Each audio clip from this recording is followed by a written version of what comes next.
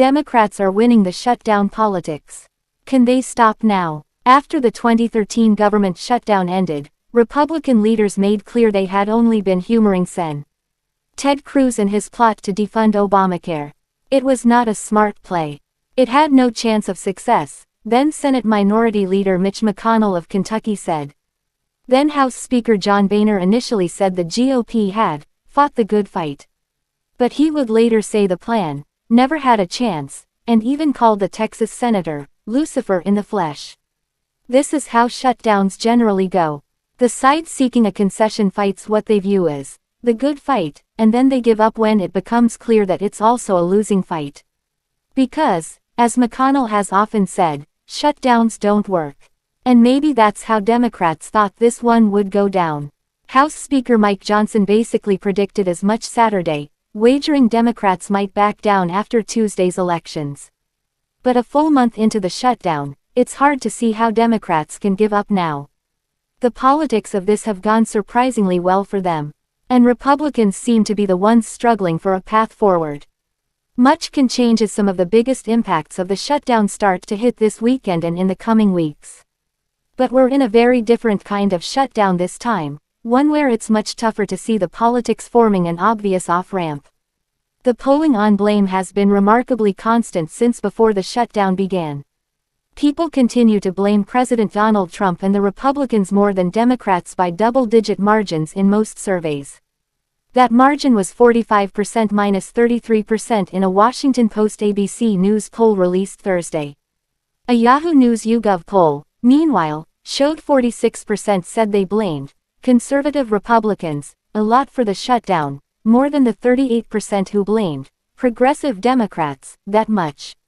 Surveys also continue to show that Democrats' policy demand, an extension of the enhanced Obamacare subsidies, remains popular with more than 7 in 10 Americans. That Yahoo survey also suggested a problem for Republicans that we haven't seen tested in previous polling. It showed Americans said by a nearly 3 to -1 margin, 63% -21%, that they disapproved of the firings of thousands of federal workers during the shutdown. This was, of course, Trump's big threat to Democrats. He made a big show of casting Office of Management and Budget Director Russ Vought as the Grim Reaper ready to target Democratic employees and programs for cuts, even as some Republicans cautioned the White House that such cuts could squander the GOP's political advantages. Then the administration followed through. But it doesn't seem to have dissuaded Democrats from pressing forward. And there's now reason to believe those Republicans had a point about these cuts backfiring on the administration. Indeed, much of the GOP's handling of this seems rather haphazard. And Friday was a case in point. The day started with Republicans dealing with a curveball from Trump, who decided late Thursday to suddenly urge them to nuke the filibuster to end the shutdown. This completely impractical idea also legitimized a key Democratic talking point, that Republicans could end the shutdown anytime they want. Then Agriculture Secretary Brooke Rollins made a few seemingly unhelpful comments about the Supplemental Nutrition Assistance Program, or SNAP, also known as food stamps. She at one point said that if people really needed them that badly, then, we have failed you. House Speaker Mike Johnson soon stepped in to clarify that the we somehow meant we, the Democrats. Neither Rollins nor Johnson is, in fact, a Democrat. Separately, Rollins was noncommittal when asked whether the administration would abide by a judge's order for it to release emergency SNAP funds, saying, "We're looking at all the options."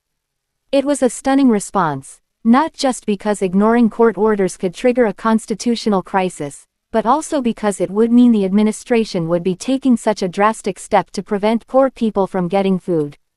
A pair of federal judges soon ordered the administration to release the emergency funds to at least partially cover food stamp benefits. But ahead of the rulings, Republicans did a great job making themselves out to be opposed to this, and even ready to fight against it.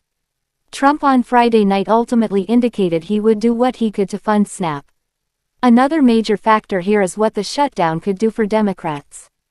It's early, but there is evidence this has led to something of a badly needed rallying effect on the left. The reason the Democratic Party has seen some of its worst poll numbers in history this year is largely because Democrats themselves have lost faith in their party. But a Quinnipiac University poll last week showed 58% of Democratic voters suddenly approved of their party's congressional contingent. That's still not great, but it is up nearly 20 points from where it was between February and July, when that number hovered around 40%.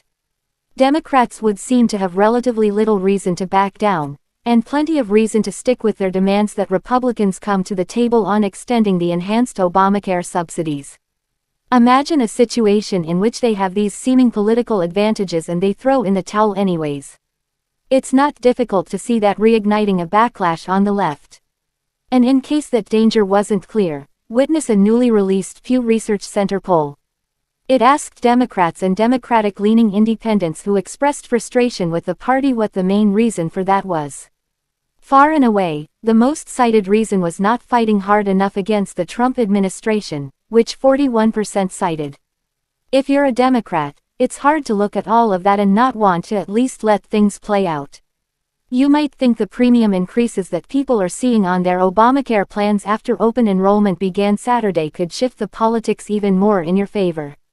And maybe you've got a little more confidence in how the SNAP issue is going to play. You might even start to think that, at the end of this long journey, there could be something more valuable than a moral victory.